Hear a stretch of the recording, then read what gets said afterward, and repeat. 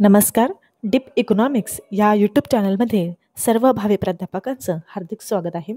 महाराष्ट्र राज्य पात्रता परीक्षा पेपर क्रमांक 2 आपला विषय आहे अर्थशास्त्र आणि ह्या अर्थशास्त्र विषयाच्या महाराष्ट्र स्टेट परीक्षेच्या 15 जून 2025ची जो एक्झाम झाली त्या प्रश्नपत्रिकेचं संपूर्ण विश्लेषण हे आज आपण आपल्या या व्हिडिओमध्ये अभ्यासणार आहोत. चला तर मग त्या प्रश्नपत्रिकेतील पहिल्या प्रश्नाकडे आपण वळूया. आपला पहिला प्रश्न आहे, पूर्ण स्पर्धेतील उद्योग संस्था दीर्घकाळात केवळ साधारण नफा कमवूनही कार्यरत का राहते? प्रश्न नीट वाचा. पूर्ण स्पर्धेतील उद्योग संस्था, पूर्ण स्पर्धेचा विचार इथे केलेला आहे. पूर्ण स्पर्धेतील उद्योग संस्था दीर्घकाळात म्हटलं त्यांनी, दीर्घकाळात केवळ साधारण, त्याला शून्य असं देखील म्हटलं जातं, शून्य नफा कमवूनही कार्यरत का राहते? त्यांनी आपल्याला पर्याय दिलेले आहेत. पर्याय क्रमांक ए, दीर्घकाळात उद्योग संस्था सामाजिकदृष्ट्या पर्याप्त पातळीला कार्यरत असते. पर्याय क्रमांक बी, दीर्घकाळात उद्योग संस्था महत्तम उत्पादक कार्यक्षमता साध्य करते. पर्याय क्रमांक सी, दीर्घकाळात उद्योग संस्था आधीच स्वमालकीच्या उत्पादन घटकांचा संधी खर्च भरून काढत असते. आणि पर्याय क्रमांक डी, दीर्घकाळात सर्व उद्योग संस्था समखर्च स्थितीत कार्यरत असतात. आता प्रश्न आणि पर्याय समजून घेतल्यानंतर आपण आता विश्लेषणाकडे वळूया. हा प्रश्न मायक्रो इकॉनॉमिक्स म्हणजे सूक्ष्म अर्थशास्त्र या विषयाचा आहे, कारण यात पूर्ण स्पर्धेतील उद्योग संस्थेची दीर्घकालीन स्थिती आणि त्या उद्योग संस्थेच्या नफा कमवण्याच्या आर्थिक कारणांचा अभ्यास विचारला आहे. आलं लक्षामध्ये? वरील प्रश्न हा सूक्ष्म अर्थशास्त्राचा आहे आणि त्या प्रश्नामध्ये काय, पूर्ण स्पर्धेतील उद्योग संस्थेची दीर्घकालीन स्थिती आणि त्या उद्योग संस्थेच्या नफा कमवण्याच्या आर्थिक कारणांचा अभ्यास विचारला आहे. तर पूर्ण स्पर्धा ही एक आदर्श आर्थिक परिस्थिती आहे. विद्यार्थ्यांनो, पूर्ण स्पर्धा ही काल्पनिक आहे. पूर्ण स्पर्धा ही एक आदर्श आर्थिक परिस्थिती आहे जिथे अनेक उद्योग समान उत्पादन करतात. आलं लक्षामध्ये? अनेक उद्योग म्हणजे असंख्य म्हणता येईल, असंख्य उद्योग समान उत्पादन करतात. बाजारात प्रवेश आणि निर्गमन मुक्त असतो, म्हणजे त्या बाजारामध्ये कोणीही प्रवेश कधीही करू शकतो आणि कधीही त्या बाजारातून निघूनही जाऊ शकतो. आणि उत्पादक आणि ग्राहकांना पूर्ण माहिती उपलब्ध असते, म्हणजे बाजारामध्ये वस्तूंची किंमत काय आहे याची संपूर्ण माहिती कोणाला असते? ग्राहकांना असते. प्रश्नात विचारले आहे की जर उद्योग संस्था दीर्घकाळ म्हटले, दीर्घकाळ साधारण किंवा शून्य नफा कमावत असेल तर ती का उत्पादन सुरू ठेवते? म्हणजे ती दीर्घकाळामध्ये सामान्य नफा मिळवते आणि ती साधारण नफा मिळवत असली तरी ती का उत्पादन सुरू ठेवते? त्याचं योग्य उत्तर होतं, उद्योग संस्था आधीच स्वमालकीच्या उत्पादन घटकांचा संधी खर्च भरून काढत असते. पूर्ण स्पर्धेत दीर्घकालीन शून्य नफा या अर्थाने समजला जातो की उद्योग संस्थेला सर्व खर्च, विशेषतः स्वमालकीच्या घटकांचा संधी खर्च परतफेड केला जातो. लक्षामध्ये? आता त्याचं उदाहरण आपण पाहूया की उद्योगाने स्वतःची जमीन, म्हणजे आपण उद्योजक आहात तर आपण स्वतःची जमीन, त्या उद्योगांसाठी लागणाऱ्या अनेक मशीन्स, कामगार किंवा इतर संसाधने वापरली असतील तर त्यांचा बाजारभाव किंवा पर्यायी वापर केला असता मिळणारा जो फायदा आहे ना, तो फायदा देखील शून्य नफामध्ये समाविष्ट आहे. त्यामुळे उद्योग आर्थिकदृष्ट्या नुकसानीत नाही आणि उत्पादन सुरू ठेवणे व्यावसायिक आर्थिकदृष्ट्या काय ठरतं? योग्य ठरतं. आता आपण ए बी सी असे तीनही पर्याय पाहिले, मग ते पर्याय थोडेसे त्याच्याशी जुळणारे देखील होते परंतु परिपूर्ण नव्हते. मग का परिपूर्ण नव्हते? तर आपण त्याचा आता अभ्यास करूया. सामाजिकदृष्ट्या पर्याप्त पातळीवर उत्पादन हा पर्याय थोडासा रिलेटेड आहे परंतु तो पूर्णपणे नाही, म्हणून मी इथे काय शब्दप्रयोग केला की ते अर्धसत्य आहे. पूर्ण स्पर्धेतील उत्पादन सामाजिकदृष्ट्या परिपूर्ण असू शकते. पूर्ण स्पर्धेतील उत्पादन हे सामाजिकदृष्ट्या परिपूर्ण असू शकते, म्हणजेच संसाधनांचा योग्य वापर होतो, परंतु हेच कारण उद्योग संस्थेला दीर्घकालीन टिकवते असे म्हणता येणार नाही ना. आता पर्याय आपण बी कडे पाहूया. महत्तम उत्पादक कार्यक्षमता देखील अल्पश, म्हणजे हे अल्पशा खरं असलं तरी हे कारण दीर्घकालीन उत्पादन दरम्यान उद्योग संस्था किमान खर्चात उत्पादन करण्याचा प्रयत्न करते, परंतु फक्त कार्यक्षमता मोजली तर शून्य नफा असतानाही उद्योग सुरू राहण्याचे मुख्य कारण समजले जात नाही. पर्याय क्रमांक डी कडे पाहूया आपण. सर्व उद्योग संस्था समखर्च स्थितीत कार्यरत असणे. हा पर्याय म्हणजे पूर्णपणे चुकीचंच आहे. उद्योगांची समानता ही एक स्थिती आहे, पण ती उद्योगाला टिकवण्याचे कारण ठरत नाही. विविध उद्योग समान नसल्यास म्हणजे समान नसताना देखील ते शून्य नफा भरून उद्योग आर्थिकदृष्ट्या कार्यरत राहू शकतो. म्हणून फक्त सी हा पर्याय योग्य आहे. उद्योग संस्था आधीच स्वमालकीच्या उत्पादन घटकांचा संधी खर्च भरून काढत असतो. हा पर्याय योग्य ठरतो. पूर्ण स्पर्धेतील दीर्घकालीन शून्य नफा हा उद्योगासाठी स्वीकार्य आर्थिक स्थिती आहे, कारण सर्व खर्च विशेषतः स्वमालकीच्या संसाधनांचा संधी खर्च आधीच भरला गेला आहे. त्यामुळे उद्योग आर्थिकदृष्ट्या काय होतो, टिकून राहतो, उत्पादन सुरू ठेवतो आणि बाजारातील संसाधनांचे कार्यक्षम वितरण कायम राहते. या तत्वामुळे उद्योग शून्य नफा असतानाही दीर्घकाळ कार्यरत राहतो आणि अर्थव्यवस्था सामाजिकदृष्ट्या व उत्पादन क्षमतेच्या दृष्टिकोनातून काय राहते, स्थिर राहते. अर्थशास्त्रीय दृष्टिकोनातून दीर्घकालीन शून्य नफा हे नॉर्मल प्रॉफिट म्हणून ओळखले जाते, जी उद्योगांसाठी इकॉनॉमिक ब्रेक इव्हन सारखे आहे. उद्योग संस्था या स्थितीत स्वतःच्या संसाधनांचा संधी खर्चाची भरपाई करत असते, त्यामुळे उद्योग बंद करण्याची गरज अजिबात नसते. ही संकल्पना आर्थिक निर्णय, बाजार स्थिरता आणि संसाधनांचे कार्यक्षम वितरण यामध्ये महत्त्वपूर्ण भूमिका बजावते. त्यामुळे पूर्ण स्पर्धेतील दीर्घकालीन शून्य नफा हे इकॉनॉमिक दृष्ट्या काय आहे, सुरक्षिततेचे मुख्य साधन आहे. आता हा आपण जो वरील प्रश्न पाहिला त्या प्रश्नावर आधारित अजून MS सेट कशा प्रकारे प्रश्न विचारू शकतो, हा प्रश्न तुम्हाला मी देण्याचा प्रयत्न केलेला आहे वरील प्रश्नावर आधारित. तर प्रश्न आहे, पूर्ण स्पर्धेतील दीर्घकालीन समतोल स्थितीत खालीलपैकी कोणते सत्य आहे? पर्याय तुमच्याकडे ABCD आहे. त्यापैकी योग्य उत्तर तुम्हाला येत असेल तर तुम्ही कमेंट बॉक्समध्ये द्या आणि या सगळ्याचे म्हणजे ह्या प्रश्नांचे उत्तर मी तुम्हाला लवकरच देण्याचा प्रयत्न करेल आपल्या प्लेलिस्टमध्ये MS set economics homework MCQ या प्लेलिस्टच्या मध्ये. प्रश्न 2, पूर्ण स्पर्धेत दीर्घकाळानंतर उद्योग संस्थेला नॉर्मल प्रॉफिट का मिळतो? याचे देखील 4 पर्याय दिलेले आहेत. योग्य उत्तर तुम्ही कमेंट बॉक्समध्ये लिहू शकता. प्रश्न क्रमांक 3, दीर्घकालीन शून्य नफ्याचा नॉर्मल प्रॉफिट याचा अर्थ काय? याचे देखील मी 4 पर्याय दिलेले आहेत. योग्य उत्तर तुम्हाला कमेंट बॉक्समध्ये लिहायचं आहे. प्रश्न क्रमांक 4, पूर्ण स्पर्धेतील दीर्घकाळाच्या समतोल स्थितीत वक्रांचे नाते काय असते? यामध्ये देखील तुम्हाला ABCD 4 पर्याय दिलेले आहेत. 4 पैकी योग्य पर्यायाचं उत्तर तुम्हाला कमेंट बॉक्समध्ये लिहायचं आहे. प्रश्न क्रमांक 5, पूर्ण स्पर्धेत दीर्घकालीन समतोल स्थितीत खालीलपैकी काय घडते? यामध्ये देखील ABCD असे 4 पर्याय दिलेले आहेत. तुम्हाला त्याचं उत्तर कमेंट बॉक्समध्ये लिहायचं आहे. आता आपण वळूया दुसऱ्या प्रश्नाकडे. दुसरा प्रश्न काय म्हणतं बरं? पूर्ण स्पर्धेतील उद्योग संस्थेचा अल्पकालीन पुरवठा वक्र म्हणजे काय? पूर्ण स्पर्धेतील उद्योग संस्थेचा आता अल्पकाळाचा विचार नाही, अल्पकालीन पुरवठा वक्र म्हणजे काय? आता पर्यायाकडे वळूया आपण. पर्याय A, सरासरी खर्च वक्रावरील सीमांत खर्च वक्राचा भाग. काय? सरासरी खर्च वक्रावरील सीमांत खर्च वक्राचा भाग. पर्याय B, सरासरी स्थिर खर्च वक्रावरील सीमांत खर्च वक्राचा भाग. पर्याय क्रमांक C, सरासरी बदलचा खर्च वक्रावरील सीमांत खर्च वक्राचा भाग. त्यानंतर आहे पर्याय क्रमांक D, सीमांत खर्च वक्रावरील सरासरी बदलत्या खर्चाचा वक्राचा भाग. आता आपण स्पष्टीकरणाकडे वळूया.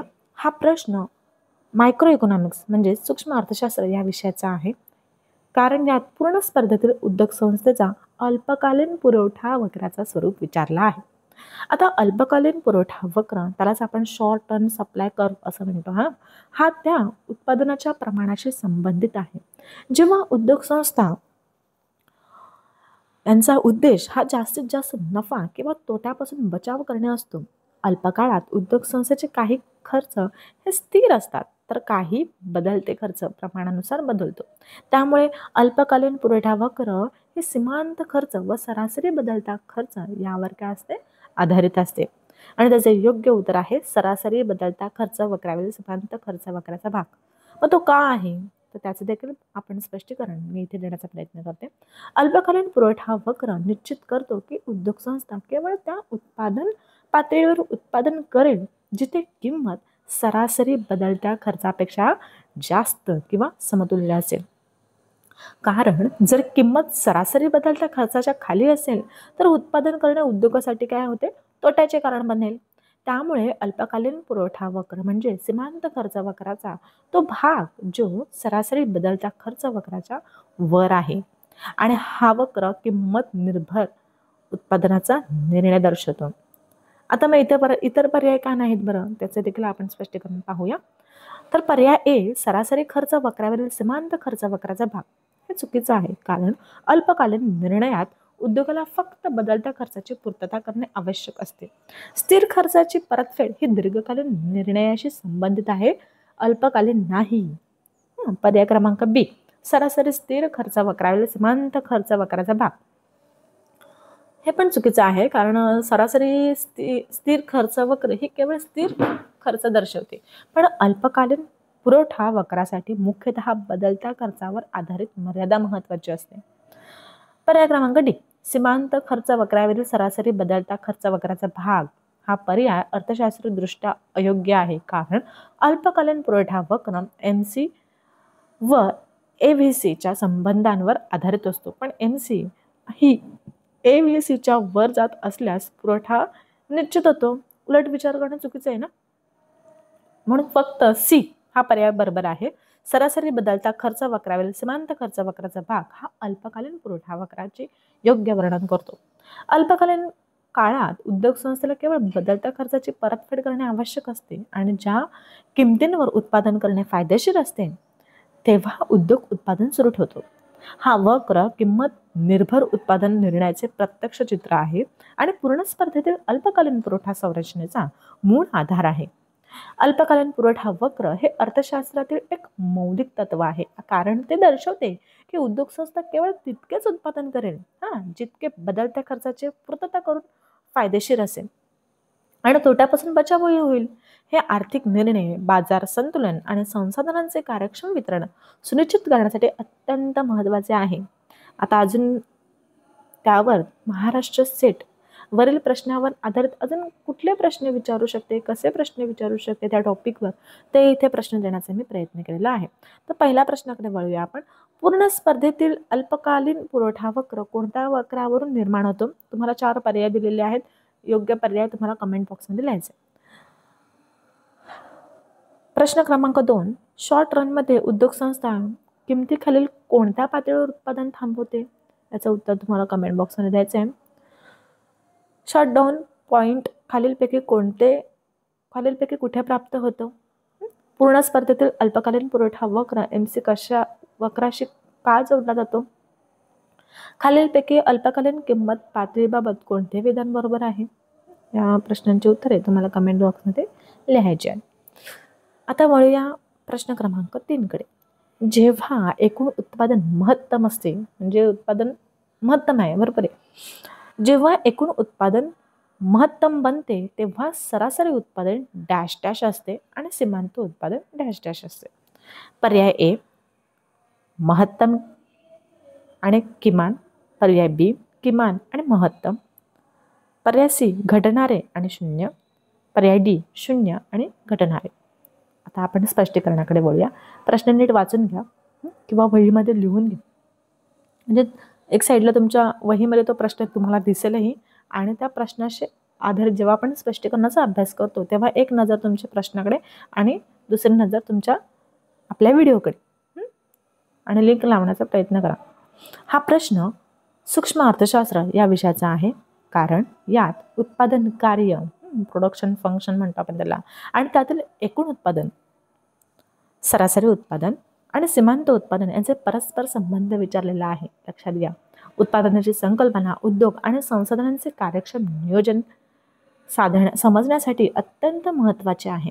प्रश्न विचारतो की जेव्हा एकूण उत्पादन महत्तम स्तरावर असते तेव्हा सरासरी उत्पादन आणि सीमांत उत्पादन कशी स्थिती दाखवतात? तर योग्य उत्तर आहे घटणारे म्हणजे शून्य. अर्थशास्त्रात उत्पादनाचे तत्व असे सांगते की एकूण उत्पादन जेव्हा मॅक्झिमम पोचते तेव्हा त्याचा वाढीचा दर म्हणजे सीमांत उत्पादन काय असतं? शून्य असते. कारण टीपी अधिक वाढत नाही. तर एमपी शून्य असे म्हणते. त्याच वेळी सरासरी उत्पादन त्याच्या वाढत्या टप्प्यानंतर कमी होऊ लागते. कारण एमपी मार्जिनल प्राइस हे बरोबर शून्य होण्याआधी टोटल टीपी वाढत राहते, पण एपी कमी होण्यास सुरुवात होते. या तत्वावर आधारित टीपी मॅक्झिमम असताना एपी हा काय होतो? डिक्रीजन होतो आणि एमपी काय होतो? शून्य होतो. महत्तम किमान चुकीचं आहे, कारण टीपी मॅक्झिमम असताना एपी कधीही मिनिमम होत नाही. तर एपी त्यांच्या नंतर कमी होऊ लागते. एमपी हे शून्य असते, मिनिमम नाही. पर्याय बी किमान महत्तम म्हणजे हा पर्याय देखील आपलं काय आहे? चुकीचा आहे. त्यानंतर डी शून्य म्हणजे घटणारे हा देखील म्हणजे तो पर्याय पाहायला गेला तर तो पूर्णपणे उलटच आहे ना, कारण एमपी बरोबर शून्य हा भाग बरोबर आहे, पण काय होतं एपी हे डिक्रीज इन म्हणजे आहे म्हणजे शून्य आहे. म्हणून सी हे घटणारे शून्य हा पर्याय पूर्णपणे काय आहे? योग्य आहे. हे आर्थिक तत्व दर्शवते की उत्पादनाचा विस्तार करताना संसाधनांचा वापर सुरुवातीला काय असतो? कार्यक्षम असतो. परंतु एक टप्प्यानंतर सीमांत उत्पादन काय होते? घटत जाते आणि शेवटी टीपी मॅक्झिमम पोहोचल्यावर काय होते? एमपी काय होते? शून्य होते. एपी ही या प्रक्रियेत त्याच्या नंतर घटते. बरोबर. आणि कारण टीपी वाढीसोबत एपीची सरासरी काय होते? कमी होत जाते. या तत्वामुळे उद्योग संस्थांना उत्पादनाचा उत्तम टप्पा त्याला ऑप्टिमम म्हणतात, आउटपुट लेवल समजतो. टीपी मॅक्झिमम बरोबर म्हणजे त्याला इक्वल एमपी 0 हे संकेत आहे की संसाधने पूर्ण क्षमतेने वापरले जात आहेत आणि पुढील उत्पादन वाढवणे काही फायदेशीर नाही. एपी डिक्रीजिंग हे दर्शवते की संसाधनांचा प्रत्येक अतिरिक्त युनिट कमी कार्यक्षमतेने योगदान देतो. ह्या संकल्पनेमुळे उद्योग संस्थांना उत्पादन निर्णय घेणे, संसाधने योग्य नियोजन करणे आणि कार्यक्षम वितरण सुनिश्चित करणे शक्य होते. आता त्यावर आधारित तुम्हाला MCQ मी देण्याचा प्रयत्न केलेला आहे. तर पहिला प्रश्न आहे एकूण उत्पादन म्हणजे टोटल प्रोडक्शन जेव्हा वाढत्या दराने वाढते तेव्हा एमपी म्हणजे सीमांत उत्पादन कशा प्रकारे वागते. प्रश्न क्रमांक तुम्हाला प्रश्न क्रमांक 1चे जे पर्याय दिलेले आहेत त्या पर्यायापैकी योग्य उत्तराचं तुम्हाला काय करायचं आहे? कमेंट बॉक्समध्ये त्याचं उत्तर लिहायचं आहे. आता प्रश्न क्रमांक 2 कडे वळूया. सीमांत उत्पादन जेव्हा शून्य असते तेव्हा एकूण उत्पादन किती असते? ते घटते, स्थिर आहे, किमान होते की नकारात्मक होते हे तुम्हाला काय करायचं आहे? उत्तर द्यायचं आहे. होमवर्क आहे हे. सरासरी उत्पादन एपी त्यात म्हणजे सरासरी उत्पादन त्याच्या कमाल बिंदूवर असताना काय असतं? 4 पर्याय दिलेले आहेत त्याचे उत्तर तुम्ही लिहा. मग असे मी त्यांना टीपी म्हणजे एकूण प्राईस असं म्हटलं तर त्याचं एकूण उत्पादन असं आहे. त्यानंतर प्रश्न क्रमांक 3 सरासरी उत्पादन त्याच्या कमाल बिंदूवर असताना 4 पर्याय दिलेले आहेत. 4 पैकी जे पर्याय असेल ते तुम्ही कमेंट बॉक्समध्ये उत्तर द्यायचं आहे. चौथा प्रश्न त्याच पद्धतीने 5वा प्रश्न तुम्हाला दिलेला आहे. याचे देखील उत्तर तुम्हाला आणि याचं लिहून घ्या हे प्रश्न अतिशय इम्पॉर्टंट आहेत. तुम्ही लिहून घ्या त्याचं उत्तर कमेंट बॉक्समध्ये द्या. ओके. प्रश्न क्रमांक 4 कडे वळूया आपण. बर्गसन सॅम्युएल्सन सामाजिक कल्याण फल दृष्टिकोनानुसार जेव्हा डॅश डॅश तेव्हा सामाजिक कल्याण महत्तम होतो. पर्याय आहे ए सामाजिक तटस्थता वक्र उपयोगिता शक्यता वक्राला स्पर्शून जातो. पर्याय बी सामाजिक तटस्थता वक्र उपयोगिता शक्यता वक्राला छेदतो. पर्याय सी सामाजिक तटस्थता वक्र उत्पादन शक्यता वक्राला स्पर्शून जातो. पर्याय डी सामाजिक तटस्थता वक्र उत्पादन शक्यता वक्राला छेदतो. आता प्रश्न नीट लिहून घ्या आणि आता आपण स्पष्टीकरणाकडे बोलूया. हा प्रश्न मायक्रो इकॉनॉमिक्स आणि पब्लिक इकॉनॉमिक्स या विषयाचा आहे, कारण यात सामाजिक कल्याण म्हणजे सोशल वेलफेअर आणि सामाजिक कल्याण फल सोशल वेलफेअर फंक्शन यांच्या अधिकतम स्थितीचा विचार केला आहे. बर्गसन सॅम्युएल्सन दृष्टिकोनानुसार समाजाचे कल्याण त्या स्थितीत महत्तम होते जेव्हा सामाजिक तटस्थता वक्र आणि उपयोगिता शक्यता वक्र यांचा परस्पर संबंध असा मानतो की समाजातील व्यक्तींच्या उपयोगितांचा संतुलित व अधिकतम परिणाम साधला जातो. प्रश्न मूलतः हे जाणून घेण्याचा आहे की सामाजिक कल्याण महत्तम करण्यासाठी कोणती भौमितिक स्थिती आवश्यक आहे. तर त्याचं उत्तर आहे सामाजिक तटस्थता वक्र उपयोगिता शक्यता वक्राला स्पर्शून जातो. पर्याय क्रमांक ए. कारण तटस्थता वक्र हे समाजाच्या समान कल्याण स्तराचे प्रतिनिधित्व करते आणि उपयोगिता शक्यता वक्र हे समाजातील सर्व व्यक्तींच्या संसाधनांच्या मर्यादित साध्य होऊ शकणाऱ्या उपयोगितांचे संयोजन दर्शवते. या दोन्ही वक्रांचा स्पर्श म्हणजे त्यांचा जो स्पर्शबिंदू आहे, स्पर्शन ही ती स्थिती आहे जिथे सामाजिक कल्याण महत्तम होते. स्पर्शबिंदू म्हणजे सर्व व्यक्तींच्या उपयोगिता वितरणात सर्वोत्कृष्ट संतुलन साधलेले आहे आणि त्याच बिंदूवर संसाधनांचे कार्यक्षम वितरण सुनिश्चित केले आहे. मग इतर पर्याय काय नाहीत बरं, ते का चुकीचे आहेत ते त्याला देखील स्पष्टीकरण आपण पाहूया. पर्याय बी. सामाजिक तटस्थता वक्र उपयोगिता शक्यता वक्राला छेदते. हे चुकीचं आहे कारण यामध्ये इंटरसेक्शन फक्त काही विशिष्ट संयोजन दर्शवते परंतु महत्तम सामाजिक कल्याण सुनिश्चित करत नाही. स्पर्शबिंदूच्या तुलनेत इंटरसेक्शन मधील बिंदू समाजाच्या संतुलित कल्याणाशी जुळत नाही. पर्याय क्रमांक सी. सामाजिक तटस्थता वक्र उत्पादन शक्यता वक्राला स्पर्शन. हा पर्याय अर्धसत्य म्हणजे आहे परंतु पूर्णपणे त्याला लागू होत नाही. हा पर्याय अर्धसत्य आहे कारण उत्पादन शक्यता वक्र हे संपूर्ण संसाधन मर्यादित उत्पादनांचे संयोजन दर्शवते परंतु सामाजिक कल्याण अधिकतम करण्यासाठी उपयोगितांचे संयोजन महत्त्वाचे असते, उत्पादन नाही. पर्याय डी. सामाजिक तटस्थता वक्र उत्पादन शक्यता वक्राला छेदतो. हा पूर्णपणे चुकीचा आहे कारण इंटरसेक्शन फक्त उत्पादनाचे संयोजन दर्शवते, सामाजिक कल्याण महत्तम होण्याचे संकेत देत नाही. म्हणून त्याचं उत्तर फक्त ए आहे. सामाजिक तटस्थता वक्र उपयोगिता शक्यता वक्राला स्पर्शून जातो. हा पर्याय योग्य उत्तर आहे. बर्गसन सॅम्युएल्सन दृष्टिकोनानुसार हे स्पर्शबिंदू समाजात सर्व व्यक्तींच्या उपयोगितांचा संतुलित व अधिकतम परिणाम साधतो तसेच संसाधनांचे कार्यक्षम वितरण सुनिश्चित करते. या तत्वावर आधारित सरकार किंवा धोरणकर्ते सामाजिक कल्याण वाढविण्यासाठी संसाधने योग्य वाटप कशी करावी हे ठरवू शकतात.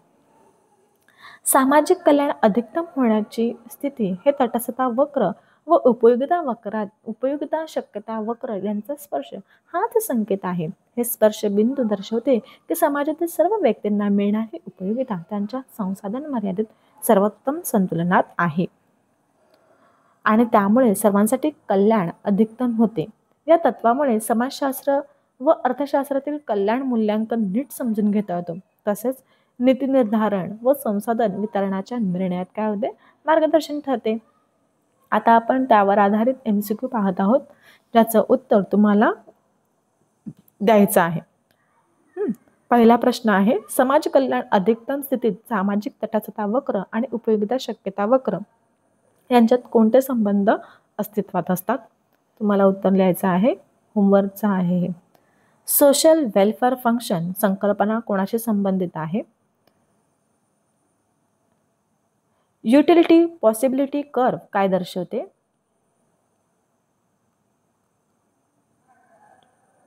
सामाजिक कल्याण महत्तम होण्यासाठी जिओमेट्रिक स्थिती कोणत्या तत्वाशी जुळते. सोशल वेलफेअर फंक्शन ही संकल्पना खालीलपैकी प्रामुख्याने कोणत्या अर्थशास्त्रज्ञांनी विकसित केली. 5 प्रश्न आहेत, 5 प्रश्नांची उत्तर तुम्हाला द्यायचे आहेत आणि ह्या सगळ्या जे पर्याय प्रश्न दिले आहेत मी तुम्हाला होमवर्कसाठी त्याचं उत्तर मी तुम्हाला देणार. आता प्रश्न क्रमांक 5. किंमत नेतृत्व कायम राखण्यासाठी डॅश डॅश अशी खातरजमा प्रबळ त्याला शक्तिशाली असं म्हणतात उद्योग संस्थेने केली पाहिजे. पर्याय ए. लहान उद्योग संस्था बाजार वाटप करारानुसार ठरलेल्या पातळीपेक्षा कमी किंवा जास्त उत्पादन करणार नाहीत. पर्याय बी. प्रबळ उद्योग संस्था बाजार किमतीपेक्षा अधिक किंमत आकारणार नाही. पर्याय सी. लहान उद्योग संस्था उत्पादनाचा दर्जा सुधारणार नाहीत. पर्याय डी, लहान उद्योग संस्था नाविन्यता अंमलात आणणार नाहीत. प्रश्न छान अक्षरात लिहून घ्या. आता स्पष्टीकरण पाहूया आपण. हा प्रश्न प्राइस लीडरशिप म्हणजेच किंमत नेतृत्व आणि प्रबळ उद्योग संस्था यांच्या संकल्पनाशी संबंधित आहे.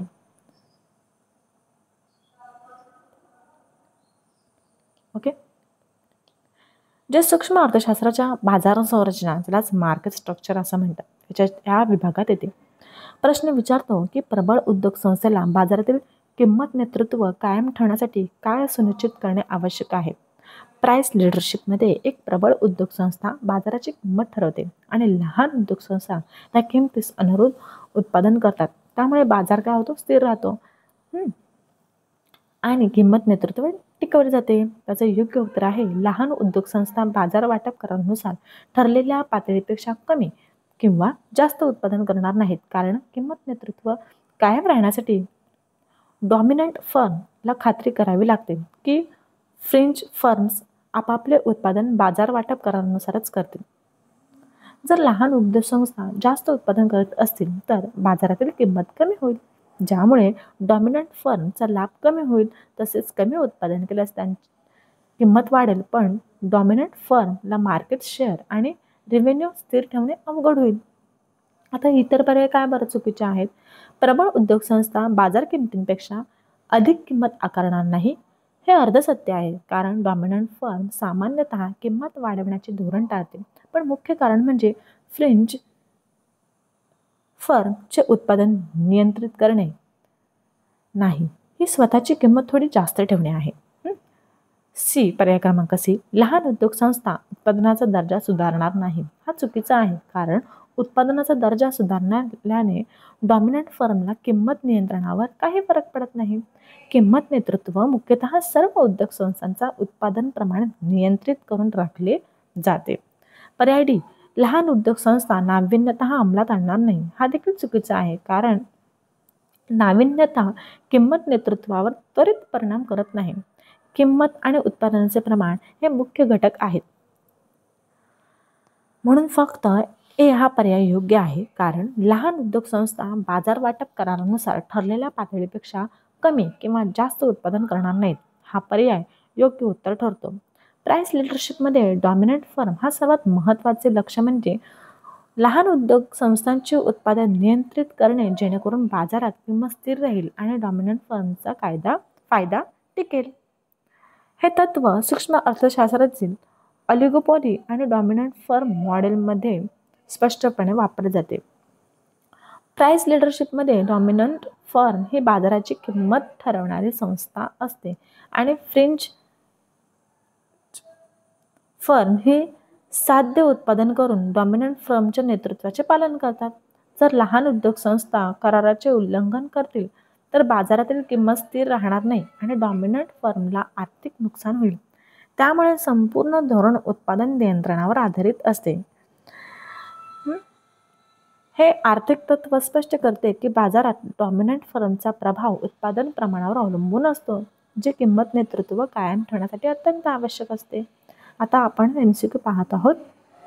हे MCQ तुम्ही त्याचे उत्तर तुम्हाला द्यायचं आहे. प्रश्न क्रमांक 1, डॉमिनंट फर्म मॉडेल मध्ये किंमत नेतृत्व स्थिर राहण्यासाठी सर्वात महत्त्वाची अट कोणती. त्यानंतर प्रश्न क्रमांक 2, प्राइस लीडरशिप कोणत्या बाजार संरचनेत सर्वाधिक असते. डॉमिनंट फर्म किंमत कशी ठरवते.